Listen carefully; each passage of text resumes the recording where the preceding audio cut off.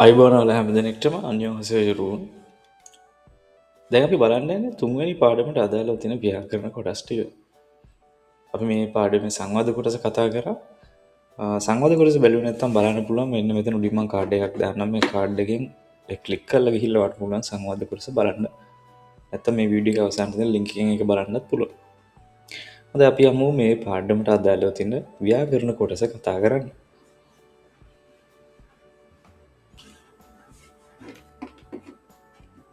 හොඳයි මේකේ තියෙන ව්‍යාකරණ කොටස් දෙක තමයි අපිට ඊ සහ ගා කියන කොටස් දෙක. මේක කොරියානු භාෂාවේ අපි හඳුන්වනවා පාටිකල්ස් කියලා. මේවා ඊ සහ ගා ප්‍රත්‍ය එකතු වෙන්නේ නාමපදත් එක්ක. හරි. එතකොට මේ නාමපදත් එක්ක මේක එකතු වෙන්නේ කොහොමද කියන එක ගැන අපි බලමු.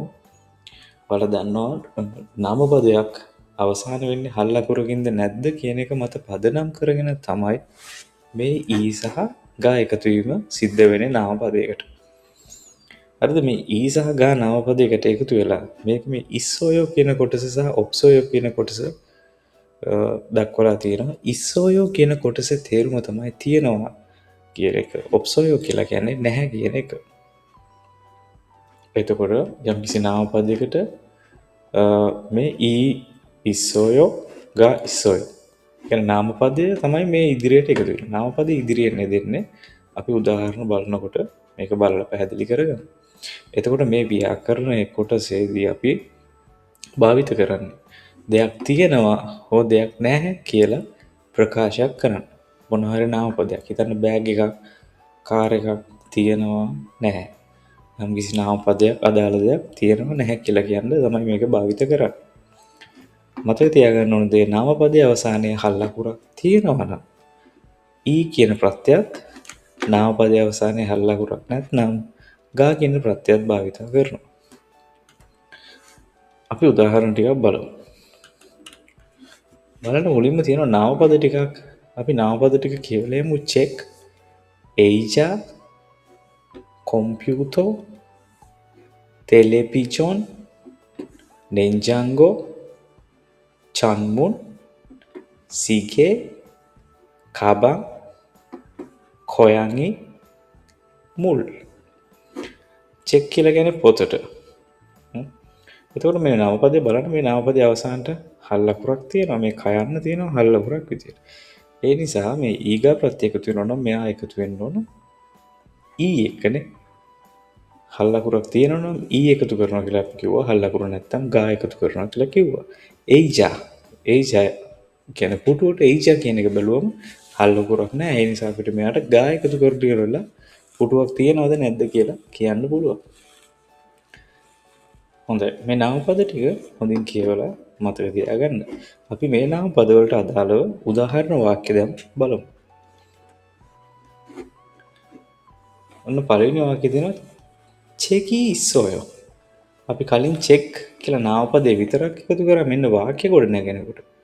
අපි කොහොමද පොතක් තියනවා කියලා කියන්නේ? චෙක් ඉස්සෝයෝ. චෙකි.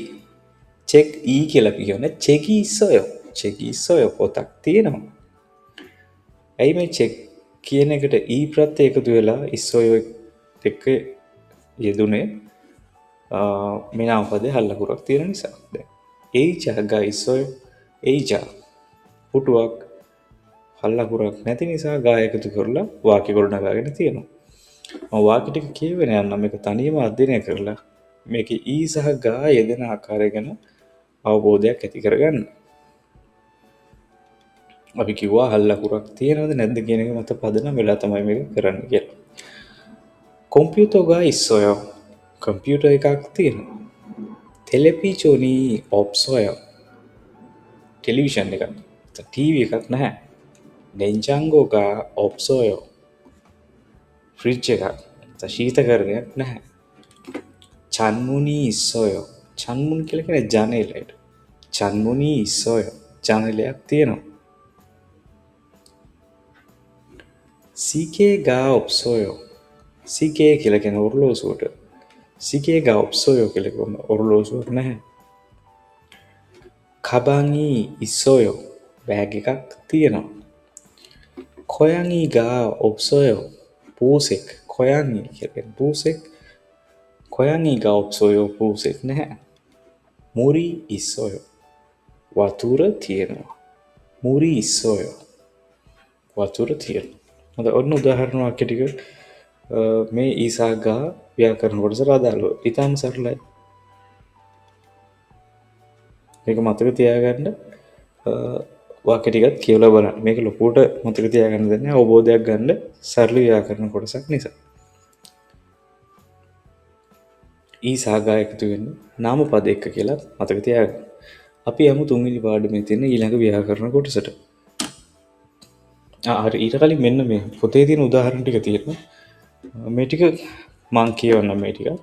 ඔච්චංගි ඉස්සොයෝ. ඔච්චං කියලා කියන්නේ අල්මාරියක්. ඉස්සොයෝ තියෙනවා. ඒ ජගා ඉස්සොයෝ පුටුවක් තියෙනවා.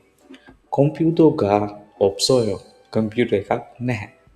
හොඳ ඔය උදාහරණ ටික පොතේ තියෙනවා. ඔයාලට පොත බලනකොට තවත් තේරුම් ගන්න පුළුවන්. අපි යමු තුන්වෙනි පාඩමේ ඊළඟ ව්‍යාකරණ කොටසට.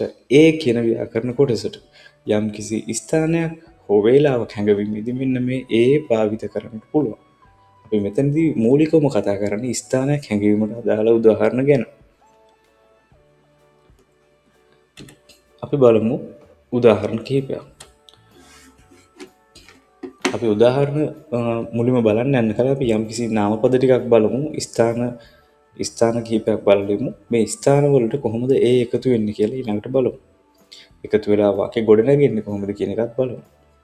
බලන්න පළවෙනි එක හක්කයෝ පාසල, ජීප් ගෙදර, සිජාන් වෙළඳ පොළ, හොයිසා කාර්යාලය නැත්නම් වැඩ කරන තැන කම්පැනි එක, කොන්වොන් පාක් එක, පියොන්වොන් හොස්පිටල් එක, තොසොක්වා පුස්තකාලය, අන්හෙන් බැංකුව, කියෝසිල් පන්ති කාමරය, සික්තන් ආපනශාලා. බලන්න එතකොට මේ ඔක්කොම තියෙන්නේ ස්ථානවාචී නාමපද මේ හැම එකම තියෙන ස්ථානයක්. හරි දැන් ওই ස්ථාන වලට කොහොමද ඒ එකතු වෙලා වාක්‍ය ගොඩනැගිලා තියෙන්නේ කියලා අපි බලමු.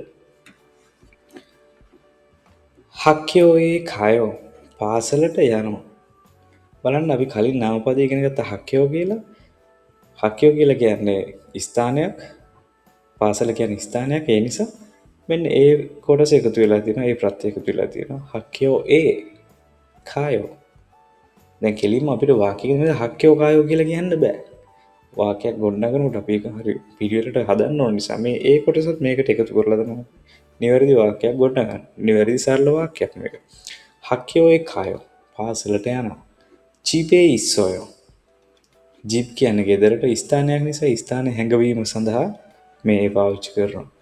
එතකොට මේ හැම වාක්‍යයකම මේ ඒ එකතු වෙලා තියෙන මොකද අපිට මේ ස්ථානයේ හැඟවීම සඳහා තමයි හැඟවීම සඳහා තමයි මේ ඒ එකතු වීම සිද්ධ වෙලා තියෙන්නේ. ඒ විදිහට සරලව මතක තියාගන්න. අපි අනිත් වාක්‍ය ටිකත් කියවලා බලමු. සිජාන්ගේ කායෝ පොළට යනවා. හොයිසායේ කායෝ කම්පැනියට යනවා. කොන්වොනේ ඉස්සොයෝ. කොන්වොනේ ඉස්සොයෝ පාක් එකේ තියෙනවා. පියොන්වොනේ කායෝ